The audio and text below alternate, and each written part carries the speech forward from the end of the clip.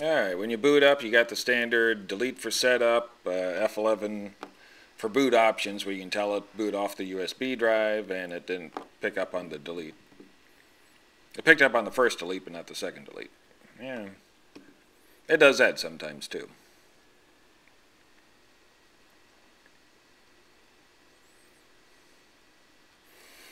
The keyboard, if you want to go ahead and take a closer look at that, standard laptop keyboard. Whoa.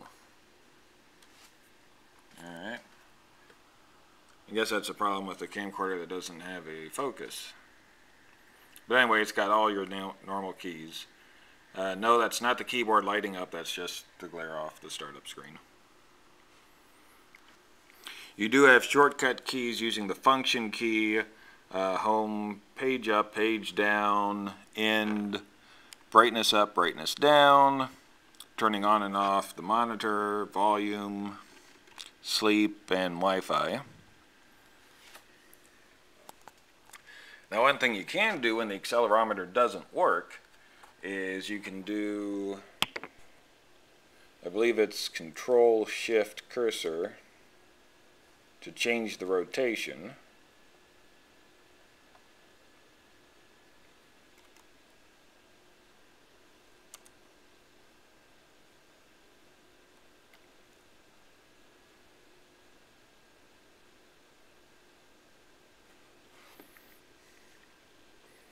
Once I wait for it to boot up.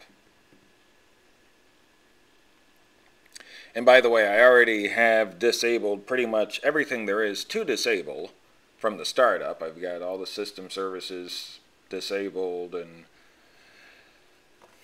I know it looks like there's a lot of icons running up here, but these are all icons that have to be running for the hardware.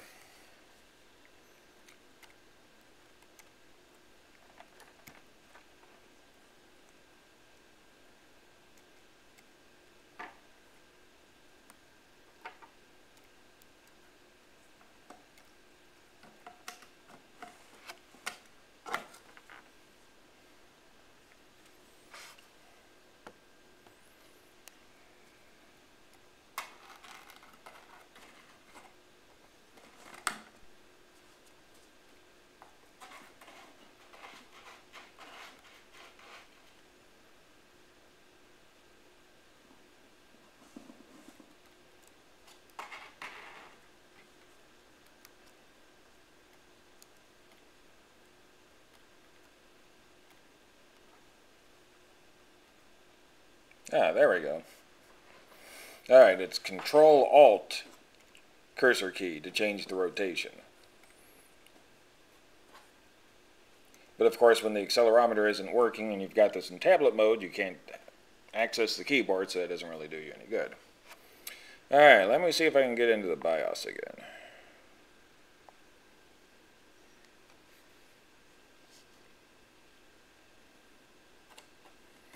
And if you go to the CTL website to try and download new drivers or any sort of product documentation on this computer, prepare to be disappointed. There pretty much is none. The book that came with this, like I said, basically it told you how to put the battery in, and other than that it was basically just warnings of how dangerous computers can be.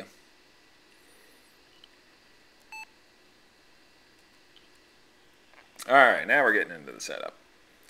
This is Phoenix BIOS, extremely limited. System time, date, IDE channel 0, language. Wake on LAN, summary screen, boot diagnostic screen, quick boot mode. This is really the only big setting you can play with. The video control submenu. Boot type, CRT, laptop, front panel, or both. Pre-allocated memory size, 1 meg or 8 meg. Video memory, 16, 128, or max.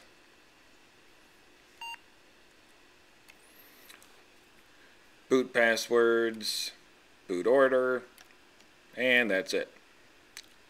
Not a whole lot to do in there.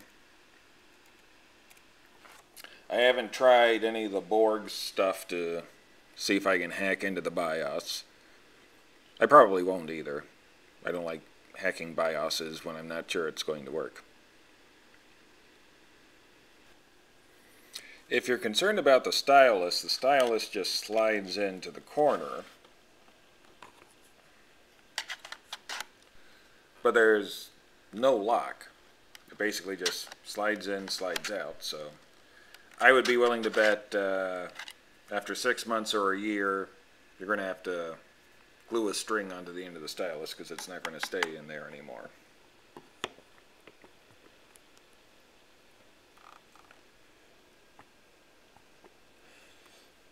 Okay, so now I'm trying to use a little touchpad.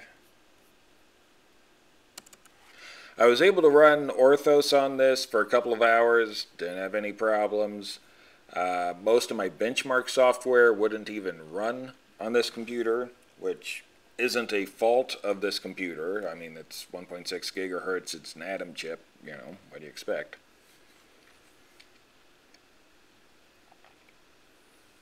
The graphics card, you're not going to be playing any games on this. It does work fine for MAME, but that's pretty much the extent.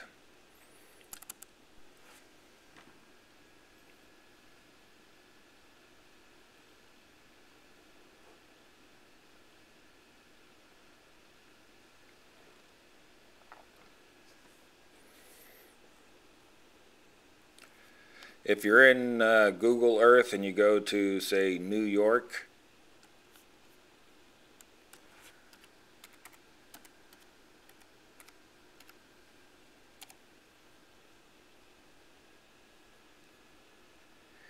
and we turn on 3D buildings,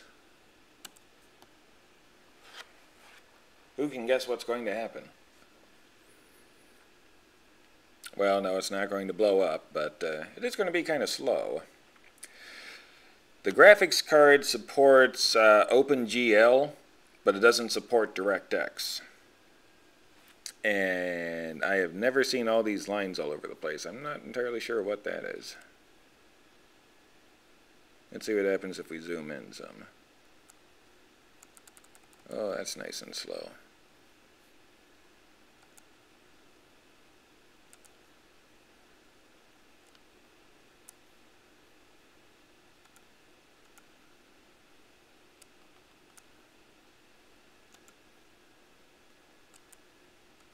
There we go. Got everything turned off but the buildings. Now let's see what happens.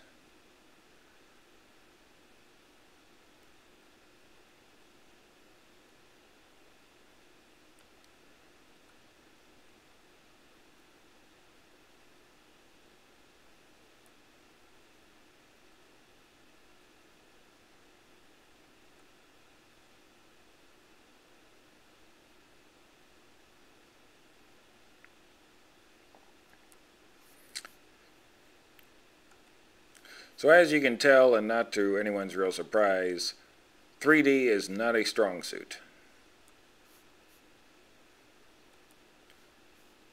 But it is possible.